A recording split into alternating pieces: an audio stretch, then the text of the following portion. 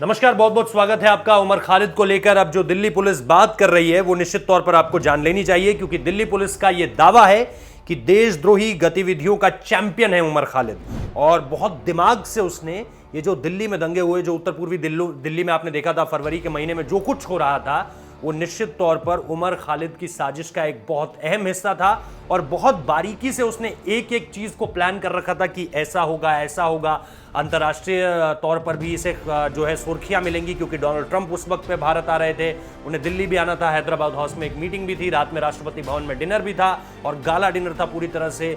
विदेश से भी मेहमान आए हुए थे। तो अगर कुछ होता है दिल्ली में, जो कि हुआ, उस समय पे गोलियां भी चली थी, अगर कुछ होता है तो ऐसे में इसे अंतर्राष्ट्रीय सुर्खियां जरूर मिलेंगी कि देखिए, अमेरिका का राष्ट्रपति, दुनिया का सबसे ताकतवर शख्स जहां मौजूद है, वहां की सड़कों पर आखिर हो क्या रहा है, भारत की राजधानी में आखिर हो क्या रहा है। करीब 1000 पन्नों के आरोप पत्र में पुलिस ने अपने दावों की पुष्टि की है।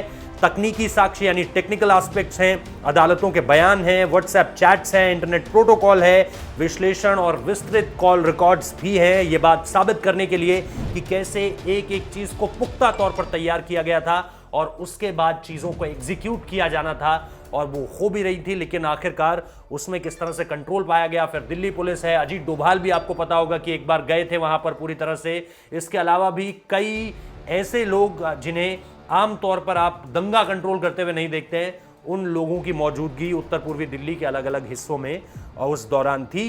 दिल्ली दंगों की साजिश में उमर खालिद की भूमिका पर पुलिस ने बड़े बड़े दावे किए हैं। और दूसरी चार्जशीट में पुलिस ने कहा है कि उमर खालिद आला दर्जे का देशद्रोही है।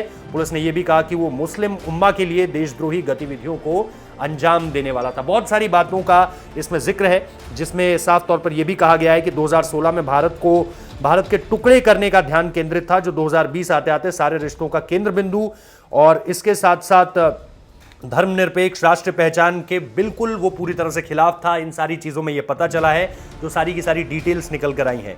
1000 पन्नों की ये पूरा का पूरा आरोप पत्र यानी चार्जशीट है, ये मैंने आपको पहले ही बता दिया है। इसमें कौन कौन सी चीजों का इस्तेमाल किया गया है ये भी मैंने आपको बताया है। और इसके अलावा दिल्ली पुलिस ने नए व्हाट्सएप ग्रुप में CAB टीम के जो चैट्स हैं उनका ट्रांसक्रिप्ट करवाकर भी अदालत में सौंपा है, ताकि उस दौरान क्या कुछ बातें हो रही थी, रियल टाइम क्या कुछ कहा जा रहा था, वो भी सभी लोगों तक पहुंच जाए। खास तौर पे जो भी लोग इस पूरे के पूरे मामले से जुड़े हुए हैं। 2019 में शर्जील इमाम ने उसकी तरफ एक मुस्लिम स्टूडेंट ऑफ JNU के नाम से एक व्हाट्सएप ग्रुप बनाया था, उसका भी इसमें जिक्र है। तो बहुत सारी ऐसी चीजें हैं जिसको लेकर के बात सामने निकल कर आ रही है। और अब मुझे ऐसा लग रहा है जैसे निश्चित तौर पर और चार्जशीट्स, मतलब पहली दूसरी हो गई, अब बहुत ज्यादा और इस पर आगे नहीं बढ़ना है, क्योंकि अब चाहे टेक्निकल एस्पेक्ट्स हो, चाहे व्हाट्सएप चैट हो, इसके अलावा जो उस वक्त पे रियल टाइम बातें हो रही थी या कॉल रिकॉर्ड से, उससे ऐसे बहुत सारे साक्ष्य मिल गए होंगे जिससे आप कोर्ट में गिल्टी प्रूफ करवा सकते हैं उमर खालिद को। तो देखते हैं यहां से आगे किस तरह से बढ़ेगी दिल्ली पुलिस। जो भी अपडेट होगा आप लोगों तक पहुंचा दिया जाएगा। फिलहाल इस वीडियो को देखने के लिए बहुत बहुत शुक्रिया।